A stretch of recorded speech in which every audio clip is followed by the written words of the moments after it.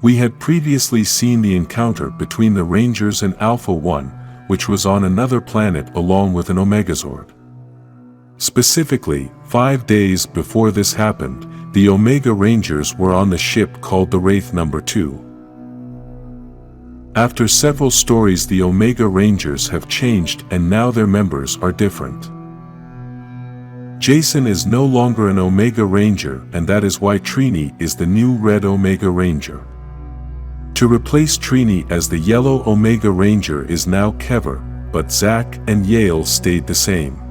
If you want to know this entire story about the Omega Rangers, you should watch the complete Death Ranger story that is in this channel. Continuing with the story, we can see that on the ship is Zack starting to train Kever since it is his first time as a Ranger. Trini is supervising the training, and at the end Kever talks about Journey.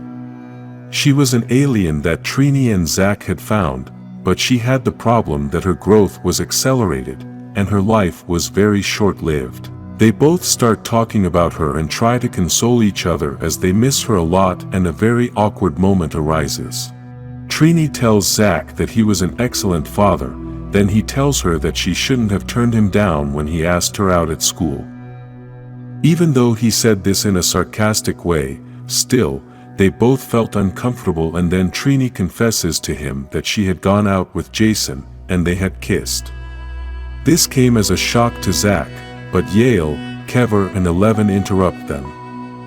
Then Eleven warns them that they are going to reach the planet Casentine and that the Omega Rangers are looking for a supposed trace of the Death Ranger. This planet was one of the places where the Morphin Masters used to live, and it is full of Morphin energy.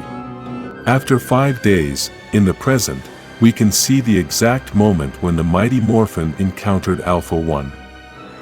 Kimberly had already faced this robot, but Adam, Rocky and Aisha had never interacted with it. In the command center we can see that Lord Zed is still asleep and Billy is still overseeing Tommy's recovery. They both start talking about how worried they are that Lord Zed is still there, plus how bad Tommy feels about not going with the other Rangers to help them. Alpha 5 is also tired of continuing to babysit the other villains since they eat so much food and it's driving him crazy. Tommy asks Billy about staying there and not helping the other Rangers, but he tells him that he is more useful there in the command center than fighting outside. Tommy thinks Billy doesn't want to be a Ranger anymore, but Billy replies that he loves being a Ranger and will continue to be one. On the other planet the Rangers start fighting Alpha One, who attacks Kimberly and Rocky first. Alpha says he already knows Kimberly's moves, but Adam tries to beat him since he doesn't know her moves. Then Aisha attacks him, but Alpha pushes them both away and starts using parts of the Omegazord to build himself a new armor. Alpha begins to say that just as he destroyed the Omega Rangers, he is going to destroy them as well. The Mighty Morphin are frightened, but Kimberly tells them not to believe him since he is lying and that they must use his moves since Alpha does not know them. Even though Kimberly tried to distract Alpha and then Aisha attacked him from behind, still, his power is too great and the Rangers are losing the battle. At that moment, the blue Omegazord knocks Alpha down and we can see that Trini and Yale arrive to help the Mighty Morphin. Despite this, Alpha tries to steal the blue Omegazord's energy, but the Mighty Morphin call their Zords to fuse them with the blue Omegazord and give it more power.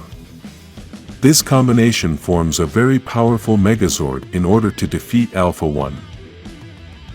Even though the Mighty Morphin have many questions about how Yale can control a Zord, they all start to destroy Alpha together.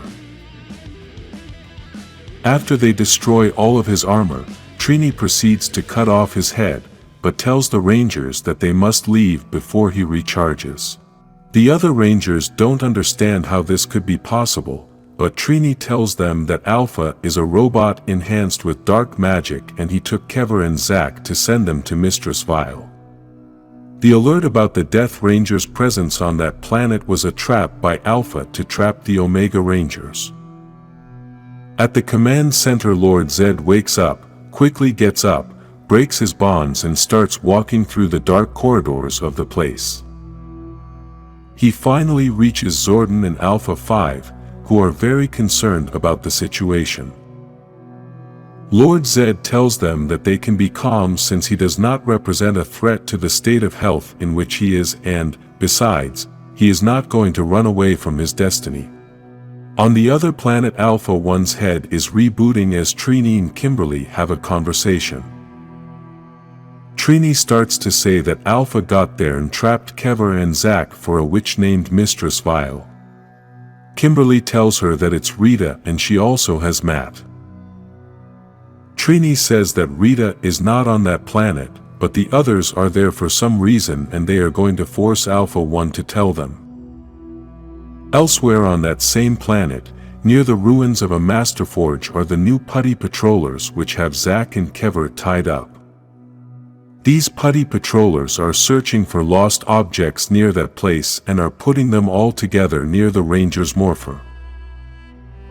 The other Rangers arrive to save Zack and Kevin and start destroying the putty patrollers. Then in another place we can see Trini and Kimberly trying to burn Alpha's head to torture him and get information out of him. Even though Alpha is a very advanced robot, he is still a rather naive being and starts talking about things he shouldn't say. Within everything he says, he talks about Mistress Vile, about Dark Spectre and about finding a navigator. All of this he said by threatening Trini and Kimberly, and not by torture. Then they both ask 11 to take them back and they leave before Alpha tries to attack them.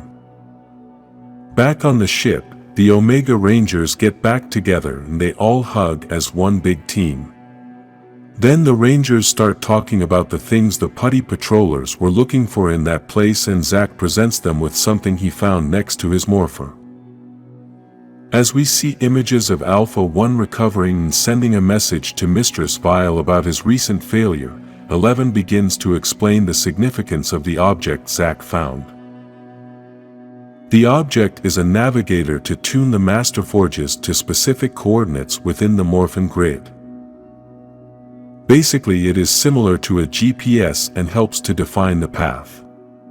Then we can see how Tommy and Billy send Lord Zed and the other arrestees in a car to another place. In all this time we can keep reading the message that Alpha One was sending to Mistress Vile and told her that due to his short connection with the Omegazord he was able to track the next location of the Rangers and this time he is not going to fail.